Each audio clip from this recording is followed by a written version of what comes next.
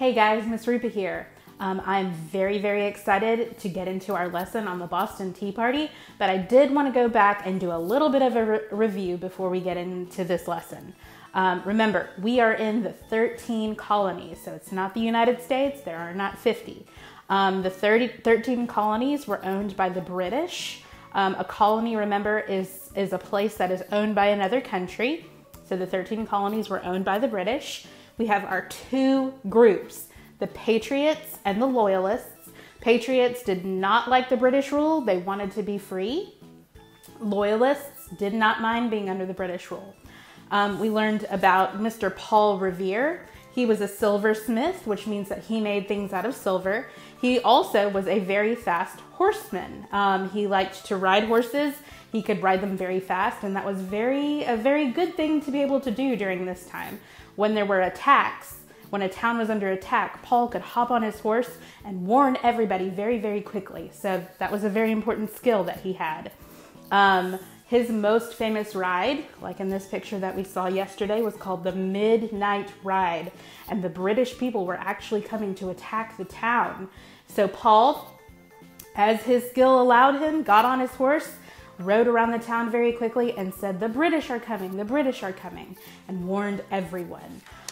We learned that Paul was a member of the Sons of Liberty.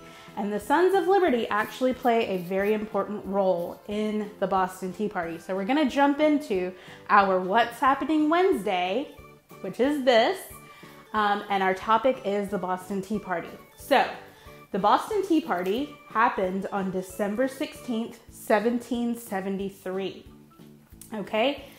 Why did it happen? The American people were just so tired of all the British rules that they were having to follow. And most of all, they were tired of having to pay the high price for tea. This drink, tea, if you've ever had it, they loved it. They loved to have it at any time of the year. It didn't have to be super cold. It could be any time of the year. They loved tea. The British people took advantage of that and made other people pay so much for it.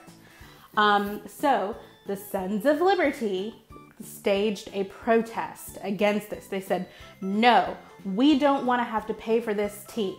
So what they did, they snuck onto 3 ships that were in the Boston Harbor. Boston, Massachusetts, again, is where Paul Revere is from. So they snuck onto 3 ships that had boxes of tea, so many boxes of tea. And guess what they did? They took each box of tea and they dumped it off the ship into the ocean. That was their protest. So at the end of the Boston Tea Party, they had dumped 342 boxes of tea off the ship and into the ocean to say to the British people, "Hey, we're done. We don't want to be under your rule."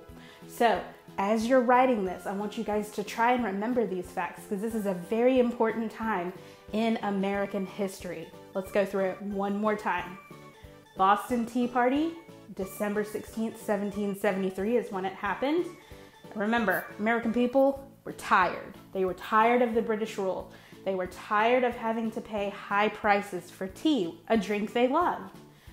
Sons of Liberty snuck onto ships that had boxes of tea, and guess what, guys? They were in disguise, which means nobody could recognize them.